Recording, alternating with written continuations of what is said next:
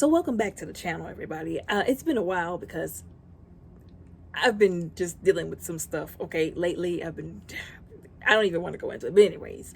So I wanted to talk about the submersible. I know I'm so late, but I still wanted to say something about it, though.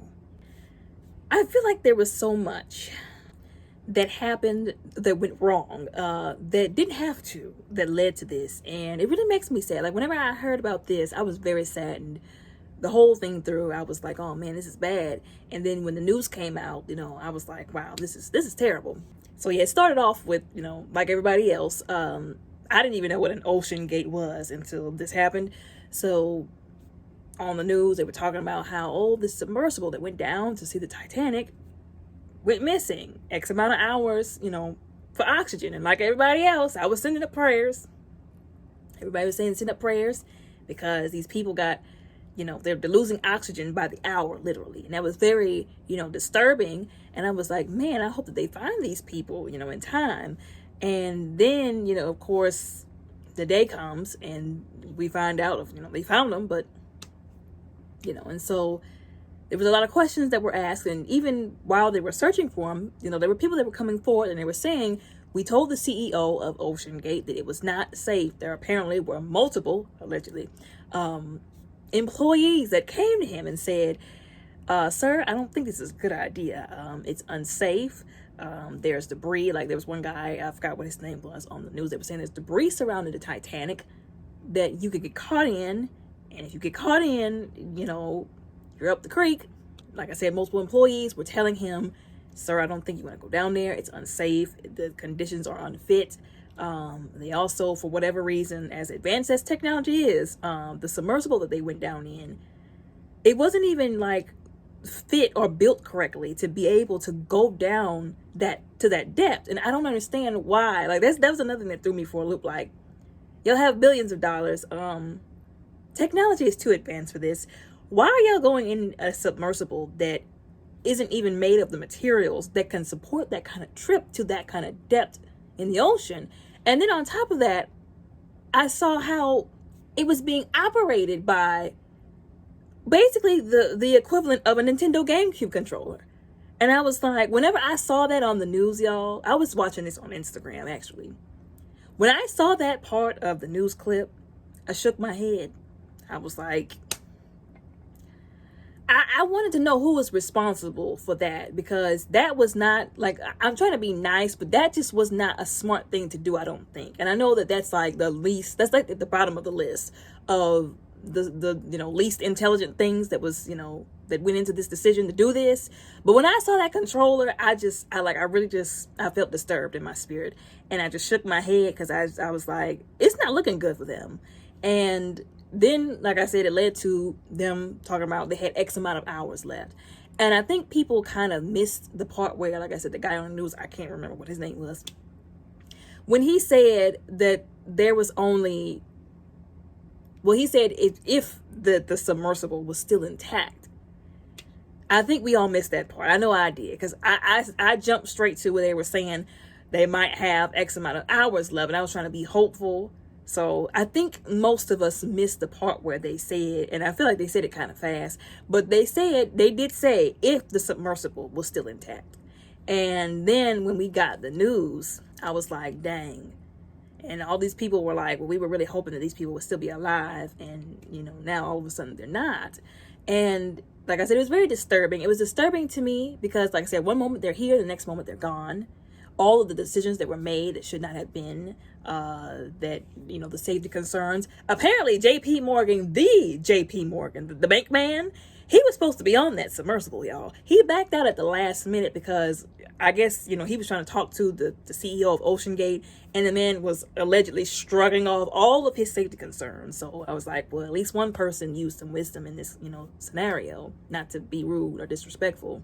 But what broke my heart the most was the 19-year-old who apparently didn't even want to be on the submersible. He said he was terrified. His aunt came out and alleged that he was terrified, that he didn't even want to be on the submersible. He just went on there sort of as like a Father's Day thing. Basically, his father talked him into it. And I was like, dang. Like, the decision of him not even wanting to be on there and letting his father talk him in there. was the difference in him not being here, basically. And when I heard about that, low-key, I wanted to cry a little bit, because that's just messed up, you know what I'm saying? And then apparently, allegedly, his mother didn't even know that he had gone with his father, and she basically found out like the rest of us. When we found out what happened to him, that's when allegedly she found out what happened to him. And I was like, man. But anyways, so a lot of people were saying that, they don't understand what happened all of a sudden. And there was somebody, like I said, on the news, they were theorizing this, and they said that there might have been a pressure leak. So, I went to school for science, so, some of this stuff I do know, and I am somewhat familiar with. Physics is not my strong suit, biology is, but I do know this. So there's a law that, it's called Boyle's law in physics. And it states that, pressure and volume have an inverse relationship, which is basically a fancy way of saying that when one goes up, the other one goes down. So basically, when you're in the water and you dive deeper, the pressure gets higher and higher. And as the pressure increases, the volume, like the volume in your lungs, the volume in a container, the volume in a submersible, it basically gets lower and lower, so to speak. Basically, as you dive deeper in the ocean, you basically get crushed by the pressure, so to speak, basically. And that's the thing with submarines. They've built them to where they can, survive those deep dives into those high pressure zones without getting crushed. Of course, they do have stuff like, I think the crush zone, if I'm not mistaken. But like I said, they didn't, allegedly, they hadn't even really tested that submersible, which ironically was called the Titan, y'all. They hadn't tested it properly. I don't even think they had actually went anywhere in it at all. But they, he just wanted to go on there so bad to see the Titanic. People were saying, yo, there's a museum. Go to the museum. They could have rented out the whole museum for a day. They could have, I don't think it would have been nice, but they could have told everybody else, take a hike for today. We about to tour the museum, and it's just going to be us up in here. But no, they had to go and try to see the actual Titanic. And I don't know why, because those people were unalived in horrific ways. I don't even imagining how those people went out. The ones who were stuck on the Titanic when it sank. Horrific. And that area, it's basically it's a grave. It's a memorial. And I don't know why people like going over there.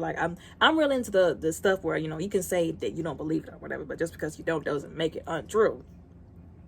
That, some areas, especially when large scale tragedies like that happen, there's a lot of spiritual activity that goes on. And I feel like people need to stay away from those areas. Like the Titanic, the Bermuda Triangle, stay away from those areas, okay? There's just some places people just need to not be. And it's also kind of disrespectful because, like I said, it's a grave. People lost their lives. Don't treat their grave like it's some kind of excursion or, that's not what it is. But anyways, what somebody was saying is they thought happened was it was a pressure leak. And that was what they were saying on the news. And basically, like I said, in a submersible or a submarine, the job is to keep the pressure low inside in contrast to the pressure that's increasing as you go down outside.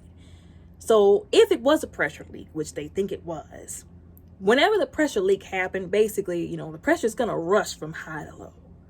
So the pressure probably came in, like I said, from the outside into the submarine, and it imploded, which basically means it folded in on itself, basically, with them in it. So you can use your imagination. I did actually see a video of somebody animating, a submersible being imploded. It disturbed my soul, I'm gonna be honest, and it made me even more upset about the situation, because that's basically how they spent their last moments, Like I said, we got to use some, we got to make sure that we use wisdom when we make decisions. And apparently, I think his name was James Cameron. Was that the guy who was the film director who said this man said he went down to the Titanic 36 times. 36 times. Or was it 32 times? I can't remember. 36 times this man went down to the Titanic and back. I don't know what he went in, or if he just sent a little machine down there, because he had to get footage for the Titanic movie or whatever. If I'm not mistaken, I could be confusing him with somebody else. But this man said he went down there 36 times. And he was saying that he regret that he didn't speak up more, but he was saying he could have told them that was a bad idea. And that the moment, because they said that whenever they lost contact, they said that the comms went down, which means they lost communication, and that the signal was gone. And he basically said in so many words I could have told y'all that it was -5 people at that point. And he was saying, like, they were talking on the news about how, oh, if it's still intact, giving all these people hope. But he was saying, I could have told y'all that they were gone at that point. And I was like, oh my God. Oh my goodness. But like I said, this entire situation disturbed me to my core because, like I said, what happened and how he also said that the same way they went down was the same way the Titanic went down, hubris. And he was basically bringing up, there were people bringing up how the guy who was the captain of the Titanic, allegedly, they told him, Mr. Captain, sir, please do not power through that ice field, that iceberg field, like, you know what you're doing, okay? Like, and I guess he wanted to break some kind of record or something, he wanted to be the captain for the history books. And I guess he did, but in the worst way possible. And he took, I think it was like almost 2,000 people with him, because it was like 2,000 people, I think, on the boat. But they only saved, like, I think over 700 people. So, like, basically over 1,000 people, because he wanted to be prideful and, like I said, try to break some kind of record. And again, with the CEO, him with all the hubris and the pride and the arrogance, not wanting to listen to the people. Because sometimes I feel like people at the top, when, people at the bottom, so to speak, their employees basically try to tell them stuff, they feel, I guess, their pride and their ego gets in the way, because they're like, who do you think you want to tell me what to do? You know what I'm saying? And I feel like that might have been at play here. He was basically like, you peons don't know what you're talking about. I'm going to do what I want to do. If I want to see the Titanic, I'm going to go see the Titanic. And it could have been some privilege, because he felt like maybe, his money afforded him the privilege of being able to see the Titanic if that's what he wanted. But I feel like safety and wisdom was thrown out the window. And unfortunately, 5 people are gone now, including a young man who had a life ahead of him. I just wish that his father would have just left him alone about it. Like, well, maybe, son, okay, you can sit this one out, but you owe me next Father's Day, buy me a Bentley or something like that. But, if something goes wrong, at least you won't be, with me. You know what I'm saying? And it just, like I said, it made me really sad. That part made me sad the most. That part broke my heart, like, for real, y'all. Especially, like, about his mother not knowing, allegedly, and his aunt coming on there saying he didn't even want to go. I would be pissed. That's all I'm saying. Pissed and depressed and sad and everything. But anyways, I think we can learn from this situation, I think. Yeah, I tried to be as respectful as I could, because there are some people going in on these people, y'all.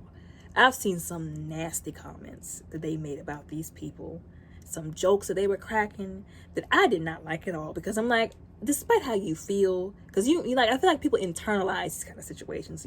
I know you're thinking, well, I'm one of those people that would be considered like a peon, so to speak, and I feel like they kind of fancy the CEO like their boss, like, oh, well, you gonna listen today, you know what I'm saying? Or they just feel like, oh, well, that's what y'all get with all y'all money, because they're mad because they have money. And I'm like, it doesn't matter what you think about the people, about their decision-making abilities, about how much money they have, what they do for a living. Those are still people who are not here with us anymore. Like, how can y'all be so cruel? Like, that bothered me a lot, too. But anyways, like I said, all this disturbed me. Its connection with the actual Titanic, how it was basically like the Titanic 2.0, but smaller. Like I said, everything was just a little too similar for me. And it's ironically, because I was putting the math together, y'all, it's the 111th year anniversary of the Titanic. I'm scared. Anyways, y'all let me know what y'all think down in the comments below. I'm scared. Anyways, I'll see y'all in the next video, okay?